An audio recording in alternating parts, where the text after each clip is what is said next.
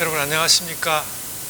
오늘은 제가 여러분들에게 한번 그 예배 시간에 말씀드렸던 것처럼 교회에 나와서 이 녹화를 하고 있습니다. 좀 여러 가지 형편들이 또 나아지면 새벽 시간에 여러분들과 함께 이렇게 대면하면서 또 말씀도 나누고 기도도 하고 그렇게 되었으면 좋겠습니다. 아직은 좀 우리의 열심도 열심이지만은 기계적인 것을 그렇게 할 수 있는 형편이 마련이 되지가 않아서 어쨌든 녹화를 하지만 교회에서 이렇게 녹화를 해봅니다. 그럼 오늘 말씀은 사무엘상 19장 1절로 24절 말씀이고요. 다윗의 친구 요나단이라는 제목으로 제목을 붙여놨습니다만 아무래도 요나단보다는 또 다윗의 이야기에 더 기울어질 것 같습니다. 여러분 이스라엘이라는 나라가 시작되기 위해서 치열한 정치 군사적인 사건들이 동반하였습니다. 그래서 늘 이제 약자인 다윗은 쫓겨다니게 되어 있는 것인데 사울의 아들 요나단은 아버지와 친구 다윗 사이를 풀어보려고 많이 노력하고 또 어떻게 보면 좀 풀리는 것도 같았지만 사울의 다윗을 향한 적의와 죽이려는 그 살이 변하지 않았습니다. 그래서 이제 그 요나단의 말을 듣고 잠깐 사울이 반성하는 듯 했지만 다윗을 보자 다시 치명적인 그 악의와 살의를 드러내어서 오늘 본문에 보는 대로 막 창을 던지는 그런 사건이 일어나게 됩니다. 그래서 누가 봐도 다윗이 이제 사울 가까이에 머물러 있어서는 안 된다는 걸 다 알게 되었고 다윗은 이제 야음을 틈타서 달아나야 하는데 혼자서는 어떻게 할 수 없는 형편인 가운데 사울의 딸인 미갈의 도움을 받아서 달아나게 됩니다. 그래서 이 미갈이라는 그 여인에 대한 그 좀 안타까움 이런 것을 많이 느끼게 되죠. 그러나 뭐 하나님의 뜻이 또 흘러가는 그 방향을 우리가 보면서 그에 대한 안타까움은 있지만 성경이 어떻게 흘러가는지 또 그 뜻은 무엇인지 살펴야 할 것 같습니다. 그렇게 사울을 떠난 다윗은 사무엘에게로 갈 수밖에 없었습니다. 제가 어떤 정치 군사적인 대치 국면이라고 했는데 사무엘이 이미 자신의 그 정치적인 권한을 놓았기 때문에 이 사울과 비교할 수 없는 형편에 있긴 했지만은 사울이라는 그 시대를 이끌었던 어른에 대해서 함부로 누가 덤벼들고 그럴 수 없었기 때문에 라마 나요스에서 사무엘이 공동체를 이루고 그저 조용히 살아가고 있었는데 그곳에 다윗이 다시 도주하게 되자 좀 더 그 라마나요시 좀 복잡해졌던 것 같습니다. 아마 사울의 마음으로만 하자면 라마나요스를 이렇게 쳐들어가서 그 불을 지르고 전부 다 학살한다든지 이런 일도 일어날 수 있었겠지만 사무엘을 두고 감히 그런 짓은 할 수 없었습니다. 그래도 좀 이제 나름은 사무엘을 존중하긴 했지만 온전히 존중하지는 못했습니다.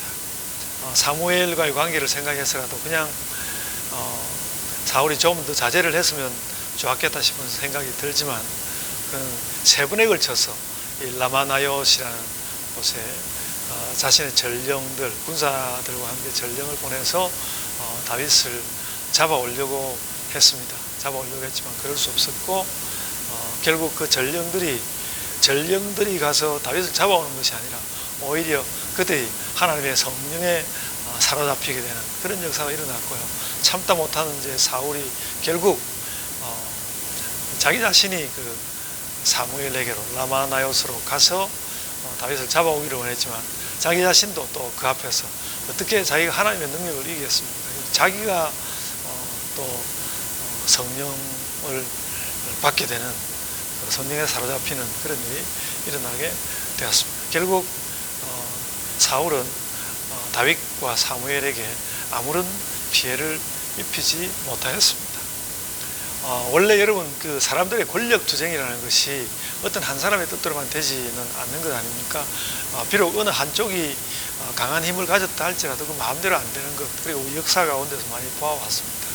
그러니까 권력 투쟁이 이렇게 어느 일방의 뜻대로 되지 않는 그런 면이 있고, 더욱이나 하나님께서 다윗을 지키고 계시기 때문에 결코 사울이 원하는 대로 흘러가지는 못했습니다.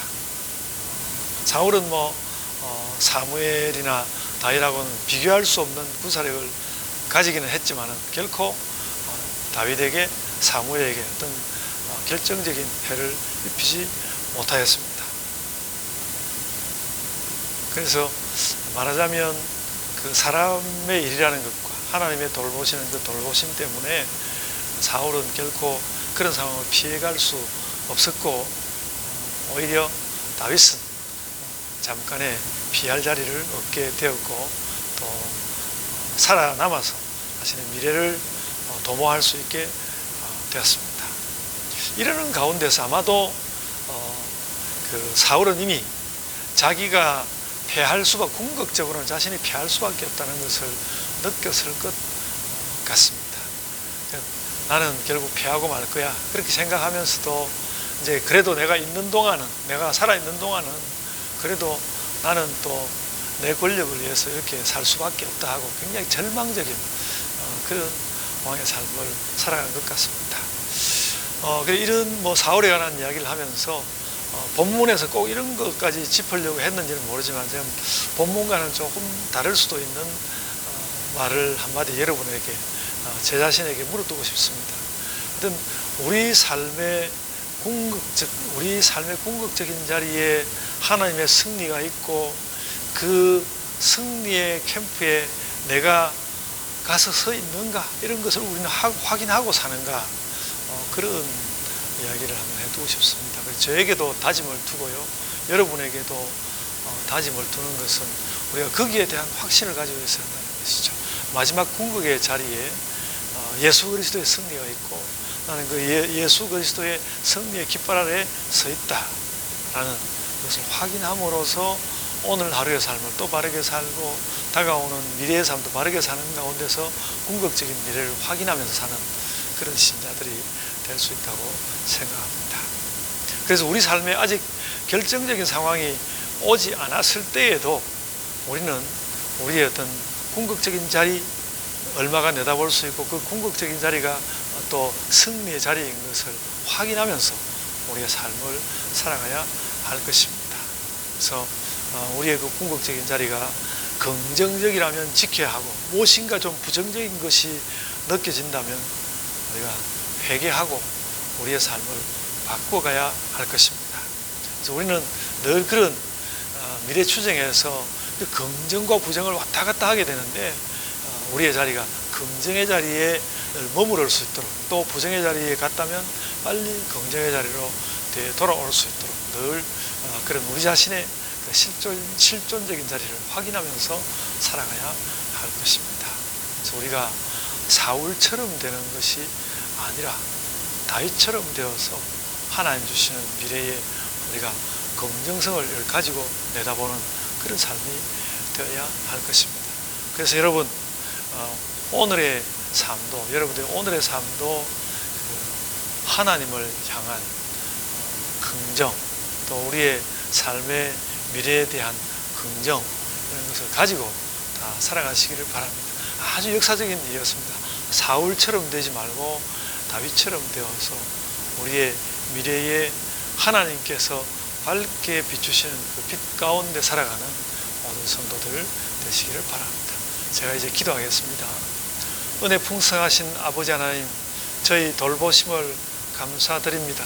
저희도 저희 미래를 똑바로 바라보면서 참 그 긍정으로 가야만 하는 우리 그 미래의 삶을 내다보면서 그 미래를 향한 우리의 그 똑바른 지선을 가지고 살게 하여 주옵소서. 하나님과 동행하고 예수님과 동행하는 가운데 이 일을 이루어가는 우리 온 백성들이 되게 하여 주옵소서. 감사하옵고 예수님 이름으로 기도드리옵나이다. 아멘. 하늘에 계신 우리 아버지여, 이름이 거룩히 여김을 받으시오며 나라가 임하옵시며 뜻이 하늘에서 이룬 것 같이 땅에서도 이루어지이다. 오늘날 우리에게 일용할 양식을 주옵시고 우리가 우리에게 죄 지은 자를 사하여 준 것 같이 우리 죄를 사하여 주옵시고 우리를 시험에 들게 하지 마옵시고 다만 악에서 구하옵소서. 나라와 권세와 영광이 아버지께 영원히 있사옵나이다. 아멘. 여러분, 제가 이렇게 강단에 서서 수요일 말씀을 드리는 것이 또 여러분에게는 어떻게 느껴지셨는지요? 목사에 대한 느낌보다도 어쨌든 우리의 삶을 한순간 주님 은혜 가운데서 잘 살아가는 그런 것을 확인하면서 또 하루를 사시길 바랍니다. 이제 각자의 기도로 기도하시겠습니다.